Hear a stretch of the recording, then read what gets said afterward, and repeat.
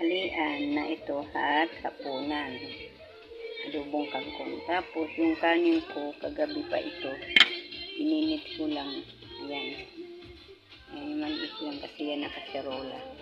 2 cup lang ang niluluto ko. Minsan isa't kalahating cup. Kasi hindi ko naman nauubos. Kaya yan ang tanghalian ko. Ito naman tanghalian ang partner. Ayan. Kaya pa ko kumain ng ulam. Kasi sa daming bawal. Buti na lang may gulay-gulay ako tinatanim. Susunod na gulay ko yung talbosong ng kamote. Kaya papaya. Ayan. One time kumain ako ng CDO Carnivore. Bawal din pala yun sa akin. Kaya sinumpong ko. Ayan lang talagang puli sa akin. Baboy. Kaya ang ginagawa ko, mahirap naman kumain ng puro baboy. Baka high blood rin ako.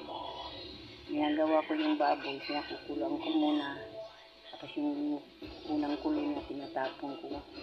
Para babawasan ng taba. Tapos yan yung unti-unti ko luto. Kain ko yan. Kasi wala na akong baboy kahapon na naubos. Bumili ako ng chicharong baboy. Pinanghalo ko sa kangkong. Yan siya guys. Salamat guys sa panonood nyo. Thank you. Sana masuportahan nyo yung aking YouTube channel.